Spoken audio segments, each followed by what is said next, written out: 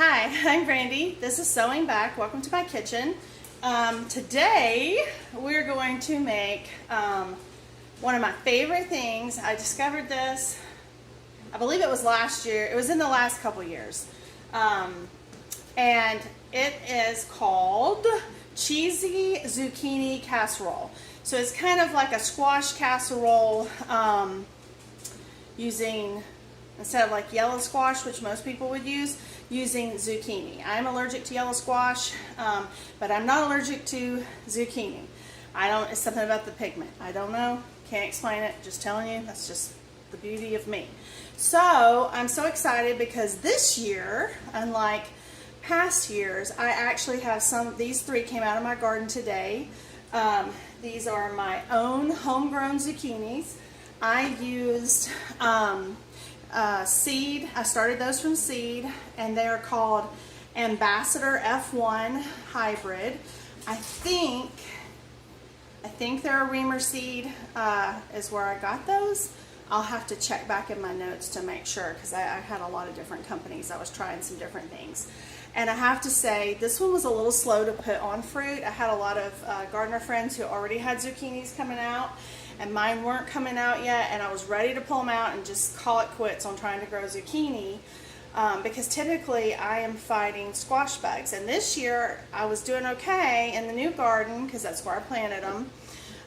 Didn't really have a big issue with squash bugs back there with these, and I didn't have we weren't having a lot of problems with blight early on because it was pretty dry for one thing.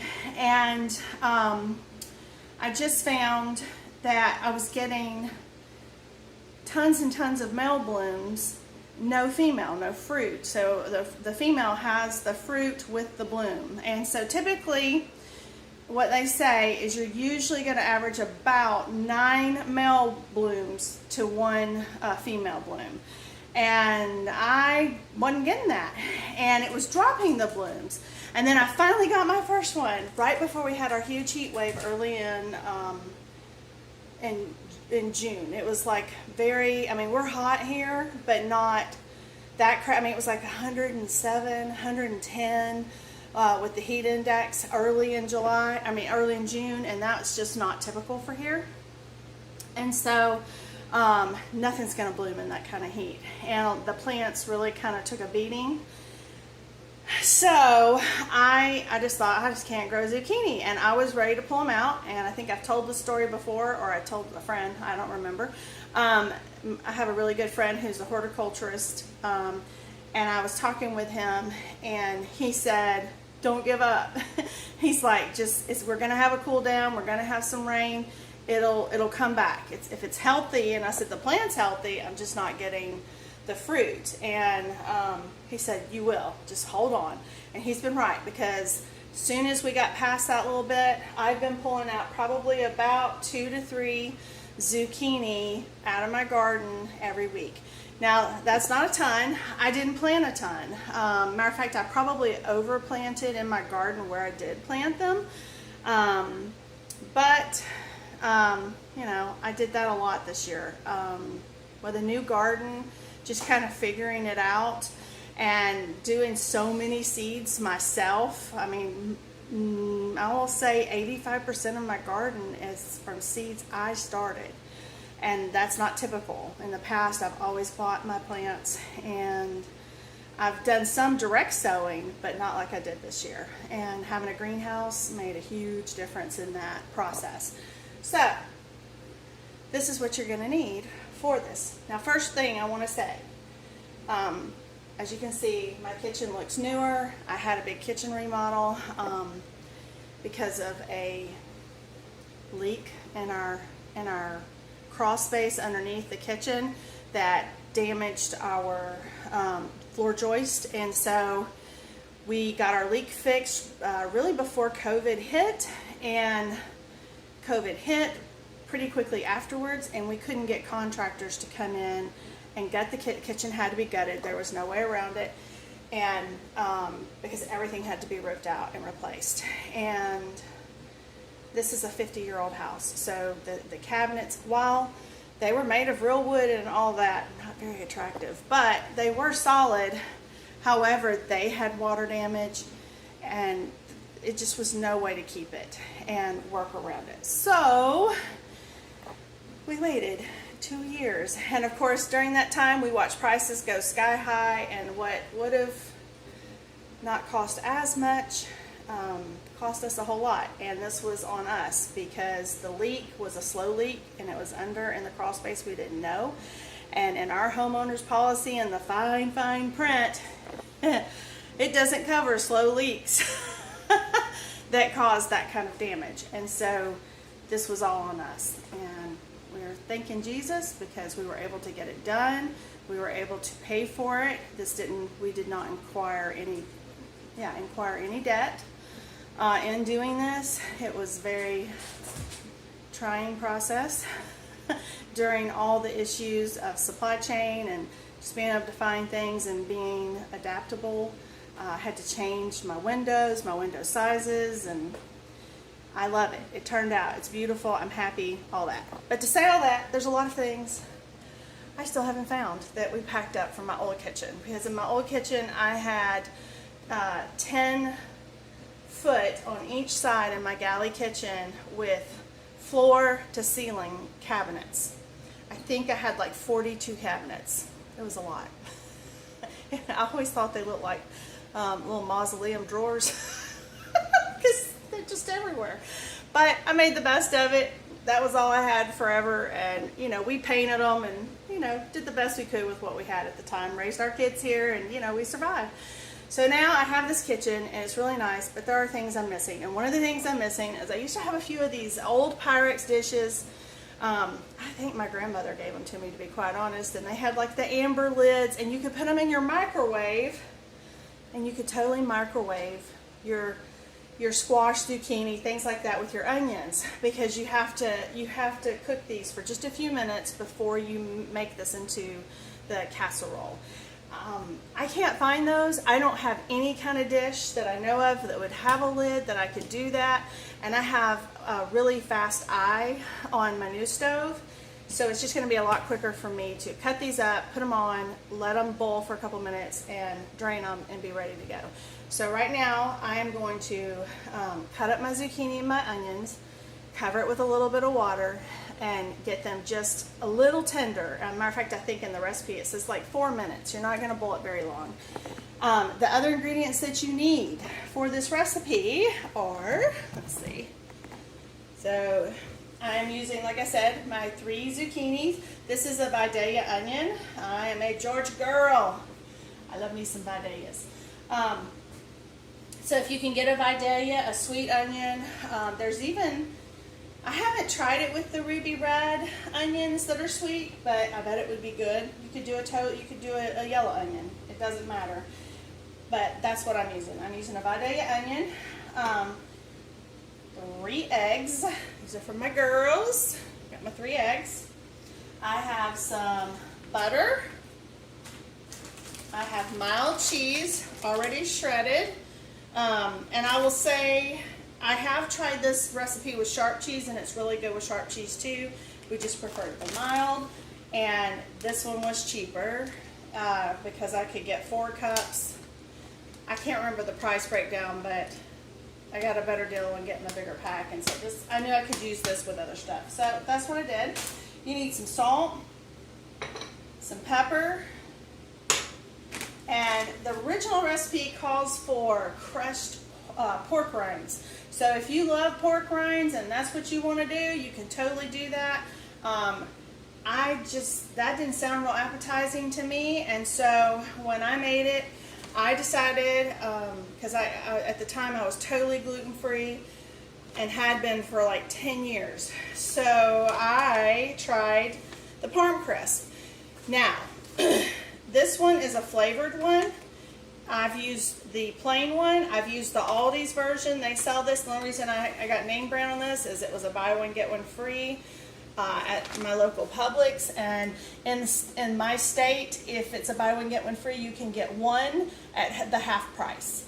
I know a lot of states are not that way, but Georgia is like that. And it's one of my things I love. Because a lot of times I don't want to. I just want one. And so So anyway, so I got one of these and I paid under $2 for it. These are normally like $4 or more. So that was a good deal. As a matter of fact, I think that was a better deal than what I saw the other day at Aldi's if you got the Aldi brand. I don't know if Lidl has their own brand. I don't shop there enough to know. So those are your ingredients, and these would be crushed when we put those on, and I'll show you that. So I'm gonna get these cut up, and I'm gonna get them boiled, and then I'll walk you through the recipe. It's so easy, you're gonna love it.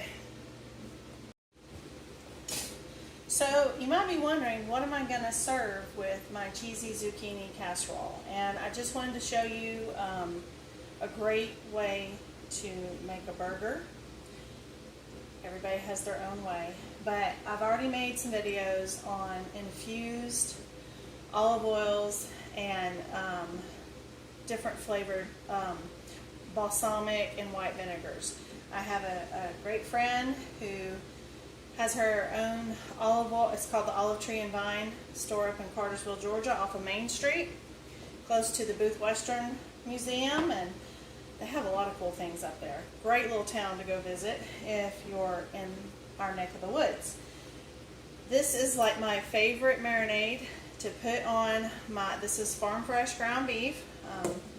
I get my beef from a local farmer in my area. Matter of fact, we bought almost, it was more than a quarter cow that I bought. I had to buy a whole freezer just for the thing. But anyway, this is our ground beef. It tends to be on the leaner side, a little bit leaner. And I put some of this on here, and this one is my favorite to put on steak, if you wanted to marinate some, a pot roast or something, and hamburgers. And this is their Neapolitan herb, and it is the vinegar. I don't put any infused oil in this because you've already got fat from your meat, and I just kind of, you can see it's a dark, looks kind of like Worcestershire sauce, Worcestershire, I don't know how you say it. I hear everybody say it different. And then we like the steak seasoning, and I put some of that in there. I don't have any real basic measurements, but I just kind of let it sit, like I'm going to cover this and let it sit while I'm preparing, the rest of my casserole, and then I'll form these into patties. I'll cook this on our grill, and my kids will eat these just like regular hamburgers. Usually John and I will, we don't do a bun. Sometimes he does, but rarely. I don't. Usually if I'm going to eat it like a burger, I'll use the lettuce leaves. Lettuce was pretty astronomical, so I didn't buy any. Instead, I found, let me find it. They had a sale on just some white sliced mushrooms, and I have some Vidalia onions, but these are the ones that are called, and I only see them this time of year, they're called Ruby's sweet red onions. And I'm going to slice these with Vidalias and the mushrooms, and I'll grill them. And we just kind of eat it over our meat. Alright, so I've got my zucchini cooked. It's not cooked totally through, just to soften it up. I did forget one ingredient. You need cream. As I said, this is more of a keto version. If you don't do dairy products, you could probably use one of the nut milks. I don't know. You'd have to try that. I haven't tried that. I have cream. Oh, and so the next thing you want to do is you want to preheat your oven to 350. You want to spray your dish. I have my little dish here. This is a deep dish. I have some ceramic ones, which it recommended, but mine are all taken right now, so I'm just going to use a Pyrex dish. It works the same. And put it to the side. So I can see my zucchini, and I've tried to get all the excess water out, and I'm going to put them right here in my little dish. And I bought my handy dandy potato masher. So I do like to kind of mash mine just a little bit.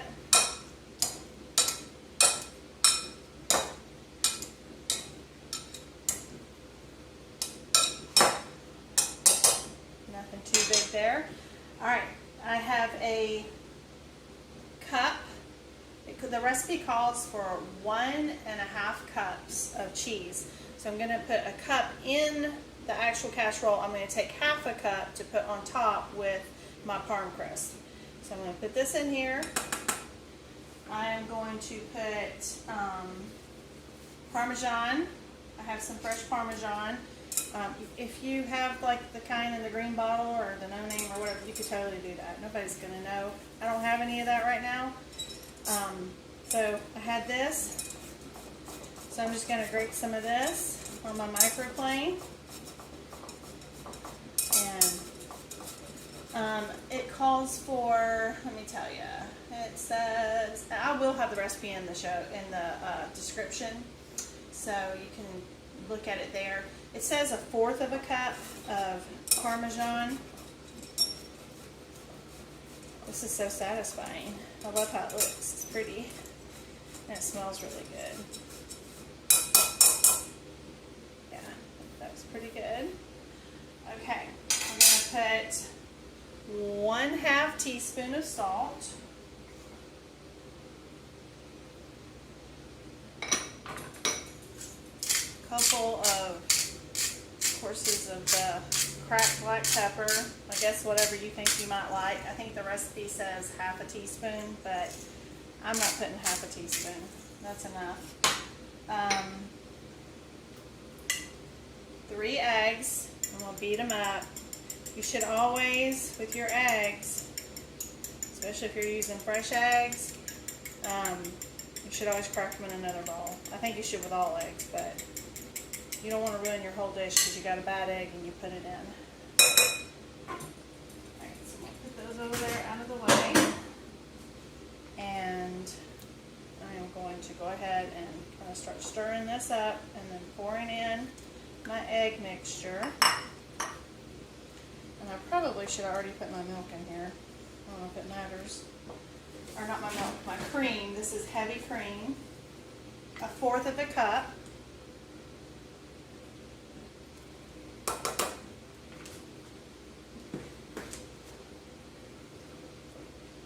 I'm just going to kind of mix it up.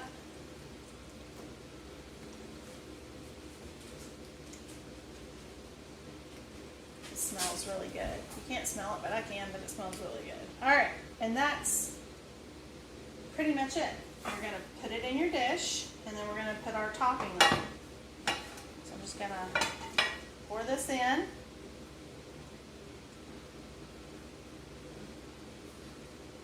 I probably didn't need to use the deep dish, but it's what I grabbed, so it won't hurt anything. Alright, so now you're going to put, it calls for the other 1/2 cup, you're going to kind of sprinkle on the top.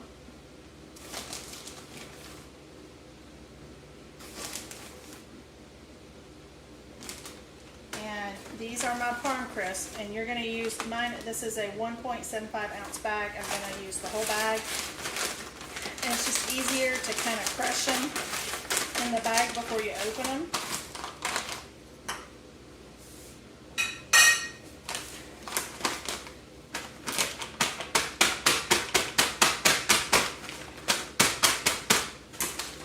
That looks pretty, sounds good, feels good. And then I'm just going to put these on top.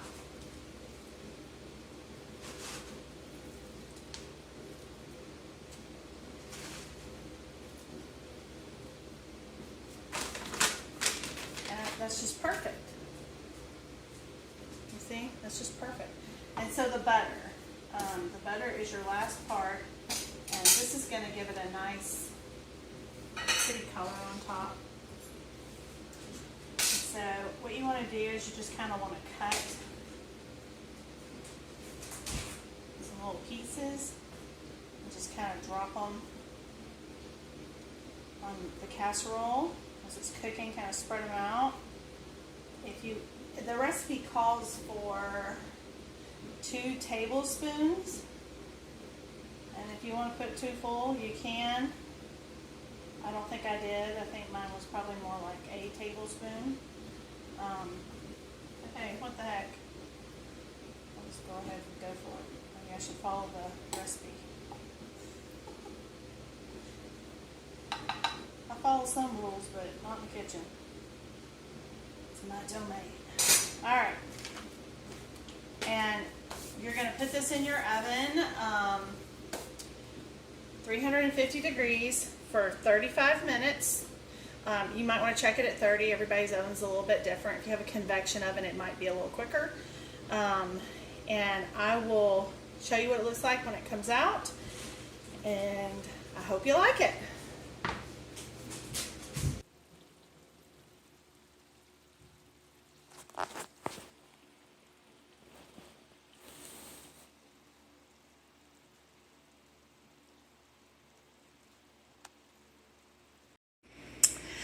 Okay, so this is the cheesy zucchini casserole. Once it's cooked, it looks so good.